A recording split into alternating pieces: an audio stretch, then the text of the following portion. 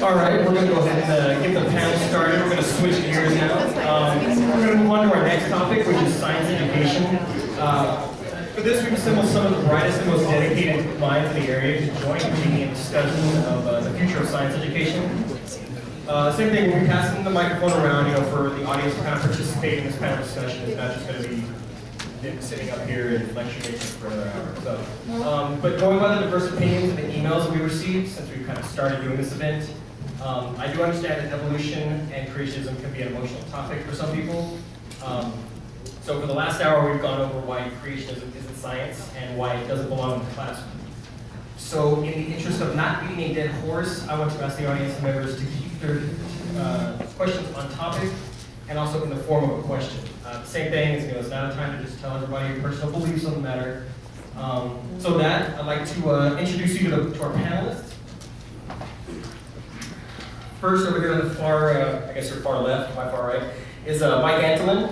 He's a professor in the Department of Biology here at CSU, and his group researches the effects of fragmented and patchy populations in evolution, genetics, and ecology. His current focus is on the epidemiology of plague in prairie dogs and other small rodents on the shortgrass prairies of north central Colorado. Next, also from CSU, we have Mina Balgopal. Mina is an assistant professor at CSU School of Education. In addition to being broadly trained as a biologist, she's also a licensed 7th to 12th grade science teacher with a passionate interest in studying how learning environments influence science education. She is particularly interested in how college STEM majors and pre-service teachers identify and resolve their misconceptions about ecology, evolution, and genetics. Next one in, we have Chris Lee. He's from Fort Collins High School. He's recently been appointed as the student data specialist at Fort Collins High, where he is teaching educators how to base instructions on the best practices. He has worked in many capacities in his discipline, including teaching science at both secondary and university levels, and becoming a science education researcher for CSU. Last is Jason Malone. He is from Poudre High School.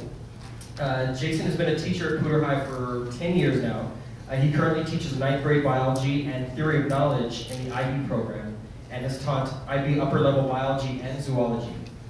He works for IB Americas, which focuses on international education as a middle years program trainer and consultant, and will become the middle years program coordinator at Poudre next year. He is also an associate director for the CSU Writing Project. So, and then also joining them will be Eugenie Scott. So, to kind of start it off, we're going to do our topic. In 2006, a team of scientists, including Dr. Scott, published a study comparing the public's acceptance of evolution from 34 countries around the world, and it showed that the United States ranked second to last. The study combined data for the United States, Japan, and 32 European countries, ranging from 1985 up to 2005. The surveyors asked the participants whether they consider the statements, "Human beings as we know them developed from earlier species of animals." Consider that true, false, or if they were just unsure. The study found that over the past 20 years, the percentage of US adults who accept evolution declined from 45 down to 40%. However, the percentage of overtly rejecting evolution declined from 48 to 39%. And the percentage of adults who were just unsure increased from 7 up to 21%.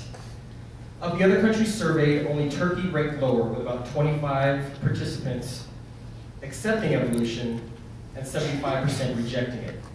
The researchers say that among the factors contributing to America's low scores are 1, a poor understanding of biology, especially genetics, 2, the politicization of science, and literal interpretation of the Bible by a small but vocal group. Now, although these second and third factors are interesting, in their own right, the purpose of this panel will be to discuss America's understanding of biology. So I ask our panelists, as educators, what can be done to better communicate biology, and more specifically evolution, to students and the general public? Who would like to take that? I guess I probably should have. I can talk about that. Go ahead, Chris. Is this on? Can you guys hear me? Yeah. That's a really tricky question. I've been thinking about this for a few weeks since I got invited to be on this panel. Can you hear me now? 4? Rockstar. Rockstar, here we go. Hey, you you guys chime in. So I've been thinking about this for a few weeks or even 2 months. I got invited to be on this panel. The tricky part about that is the teachers in schools are a direct reflection of the community at large. So I did a quick and dirty survey a couple weeks ago of just biology teachers I knew in the school district and asked them what they would say to a parent if a parent called them up and said, my kid's not going to learn evolution and you're going to excuse the work on that unit. And I got a range of responses.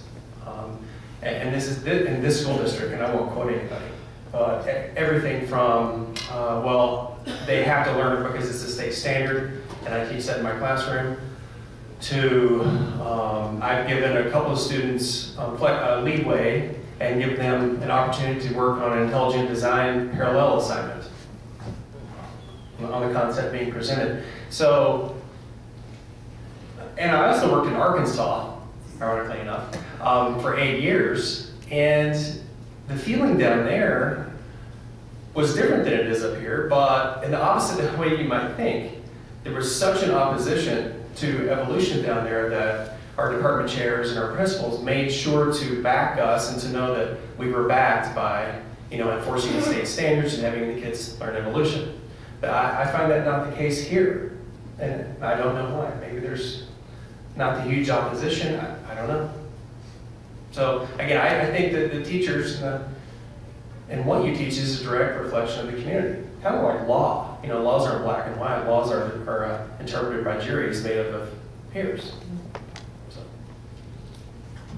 It sounds like it's a function of your principals and your supervisors. Kind of, but there's something a lot of people don't know. Teachers can really teach what they want to teach as long as nobody makes a stink about it. I mean, that's the truth.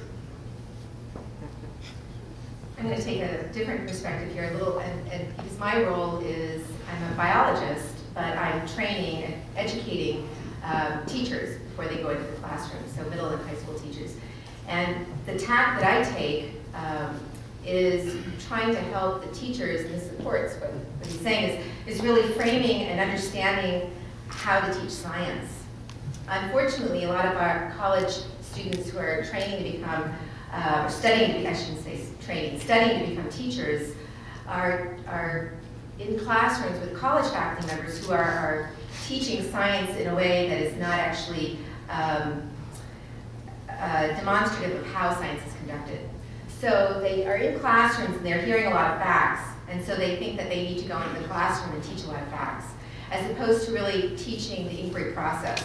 And now I'm not putting down any faculty members at CSU, I'm saying that that's changing. College undergraduate science education is changing, and faculty members are realizing that we need to reinforce the nature of science and how science inquiry is conducted. But I think that that's a really important step in helping middle school and high school teachers when they're teaching evolution in schools and teaching biology in general, is to frame it within the context of how is science actually conducted, how is science evidence collected. We heard Dr. Scott talking a lot about evidence-based claims. And so if the E word is evidence and not evolution, then we can really help our students have a better understanding of how biology is studied.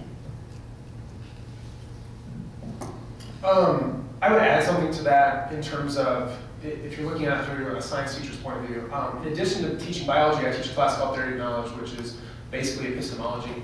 And I think the thing that stands out to me as I've taught that class is how many ninth graders walk into a classroom not understanding what science is. They don't really understand that. And for me, a lot of it has to do with the language of science. Dr. Scott mentioned the fact that she had to define evolution when she walked in here. I can't tell you how many ninth graders really have a complete misunderstanding of what evolution actually is. They all believe the chip that somehow turns into a human poster, which is probably the worst thing that's ever happened to science teachers ever, because they all think that that's what it is. The most interesting to me is 99% of my ninth graders